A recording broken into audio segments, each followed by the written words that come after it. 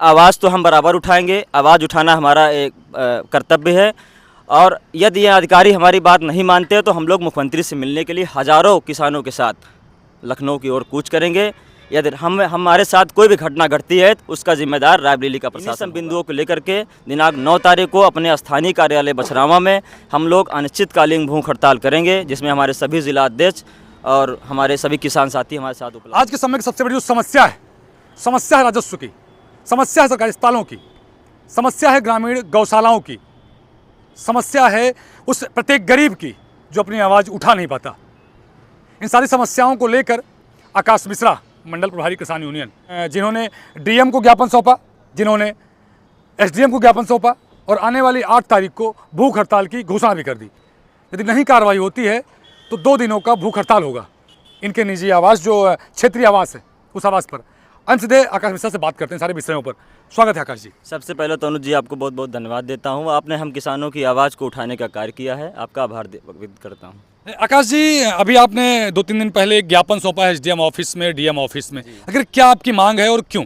देखिए, कई बार हम लोगों ने पत्र के माध्यम से सक्षम अधिकारियों को अपनी बातों को अवगत कराया है, परंतु हमारी बातों का अभी तक अधिकारियों के कानों में गूंजी नहीं है। अभी तक हमारी किसी बातों पर इन्होंने जो कार्रवाई नहीं किया है। इसीलिए हम लोग पीड़ित होकर के, परेशान होकर के, क्योंकि सबसे ज़्यादा भ्रष्टाचार राजस्व में मचा हुआ है। खतरा खतौनी बनाने के लिए 5,000 से लेकर के 500 से लेकर के 5,000 तक मुझे देना पड़ रहा है। हम किसानों के साथ ये क्षेत्रीय लेखपाल अत्याचार कर रहे हैं। हमारे पदाधिकारियों को लगातार धमकियां मिल रही हैं, मुकदमा लिखाने की धमकियां मिल रही हैं।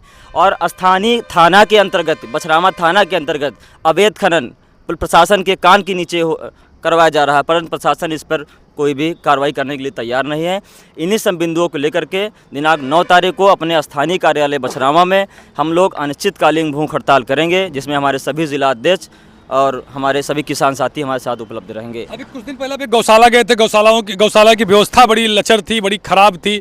उसके बाद जैसे ही आप वहाँ से निकल के आते हैं उस गौशाला में सारी चीज़ें अच्छी हो जाती हैं। देखिए, हमने तुरंत ही सक्षम अधिकारियों से वार्ता किया। उसके बाद एसडीएम साहब ने मुझसे कहा कि जल्दी कार्रवाई करवाएंगे, परंतु अभी तक कोई कार्रवाई नहीं हुई। उस डेड बॉडियों को जो है किनारे ठिकाने लगा दिया गया, वहाँ पर साफ़ सफाई करवा दी गई। जब सक्षम अधिकारियों को दौड़ा हुआ तो वहाँ पर सारी चीज़ें बिल्कुल ठीक कर दी गई हैं, परंतु अभी तक उन पर कोई कार्रवाई नहीं हुई है। मैंने सूचित भी किया, मैंने पत्र के माध्यम से कई बार एसडीएम साहब को, फ़ोन के माध्यम से, पत्र के माध्यम से एसडीएम महोदय को, जिलाधिकारी महोदय को कई बार सूचित किया, परंतु अभी तक कोई कार्रवाई नहीं हुई। आपने एक ज्ञापन और दिया कि पूरे बछरावा विधानसभा क्षेत्र में अवैध खनन बहुत जोरों से चल रहा है, इस पर क्या कहना है आपका? देखिए, ये किसी से छुपा हुआ नहीं है। प्रशासन के इन्वॉल्वमेंट, प्रशासन इन्वॉल्व है। प्रशासन के आँख कान के नीचे से पूरा कार्य करवाया जा रहा है। प्रशासन इस पर बोलने के लिए तैयार नहीं है। इसकी शिकायत मैंने पुलिस अधीक्षक महोदय रायबरेली को दी है और 9 तारीख को ज्ञापन के बाद 9 तारीख को हम लोग भूख हड़ताल करेंगे। यदि हमारी सभी बिंदुओं पर कार्रवाई नहीं की गई तो हम लोग मुख्यमंत्री आवास के लिए पैदल कूच करेंगे, जिसका जिम्मेदार रायबरेली का शासन प्रशासन होगा।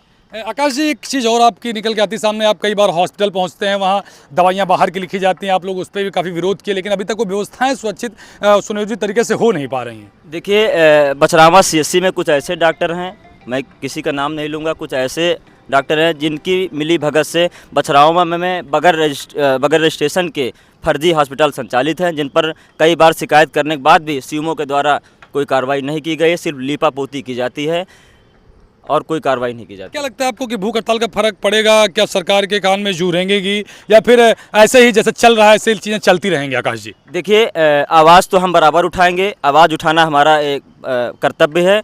और यदि ये अधिकारी हमारी बात नहीं मानते तो हम लोग मुख्यमंत्री से मिलने के लिए हज़ारों किसानों के साथ लखनऊ की ओर कूच करेंगे।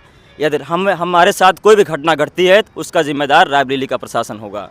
कौन कौन से बिंदु आकाश जी रखे हैं आपने, कुछ बताएंगे हमारे? जो हमारे 14 सूत्री हमारा ज्ञापन है, 14 बिंदु हमारे हैं, जिसमें राजस्व है, प्रशासनिक हैं और बहुत सारे शिक्षा, स्वास्थ्य, हमारे ऐसे बहुत सारे बिंदु हैं जिन पर हम लोगों ने अधिकारियों को अवगत कराए हैं। अच्छा, प्रशासन से क्या कहना चाहेंगे? रायबरेली के प्रशासन से, चूंकि रायबरेली के प्रशासन तो आपका सपोर्ट करता नहीं करता। रायबरेली के प्रशासन से हम हाथ जोड़कर निवेदन करना चाहेंगे कि हमारा साथ दें, इस सत्य की लड़ाई में हमारा साथ दें, हमारा सहयोग करें, क्योंकि हमारा नारा है जय जवान जय किसान का, और उसको साकार करना है। उसको साकार करना है। जय जवान जय किसान, पहले हम लोग जवान का नाम लेते हैं, बाद में हम लोग किसान का नाम लेते हैं। तो मुझे प्रशासन से पूरी उम्मीद और आशा है कि वो हमारा साथ देंगे, हमारे साथ रहेंगे। क्योंकि वे किसान के बेटे हैं। हमारे साथ किसान यूनियन के सभी पदाधिकारी हैं, इसमें कोई जिला अध्यक्ष है, कोई मंडल प्रभारी है, तो कोई क्षेत्रीय अध्यक्ष है। फिलहाल इन सारी बातों पर सरकार का क्या कहना है? क्या जो 14 सूत्री मांगे हैं, क्या इस पर कुछ होने वाला है या नहीं? क्या असर पड़ेगा उस ज्ञापन का? क्या असर पड़ेगा उस दिन 2 दिन की भूख हड़ताल का? या फिर लोग मजबूर हो जाएंगे मुख्यमंत्री आवास तक पैदल जाने के लिए? चूँकि अगर आकाश की माने तो लगभग हज़ारों की संख्या में लोग मुख्यमंत्री आवास के लिए कूच करेंगे, मुख्यमंत्री कार्यालय के लिए कूच करेंगे। क्या प्रशासन इसको संज्ञान लेगा? क्या प्रशासन कार्रवाई करेगा? क्या अवैध खनन रुकेंगे? क्या अवैध कटान रुकेगी? क्या जो अवैध दवाएं लिखी जाती हैं सरकारी अस्पतालों से, क्या वो लिखना बंद होंगी? या फिर ऐसे ही चलता रहेगा? या फिर जो गौशालाओं के लिए पैसे आते हैं वो ऐसे ही ठेकेदार खाते रहेंगे? आप पूरी खबर देख रहे थे दोस्ती के साथ बी समाचार पर। जय हिंद।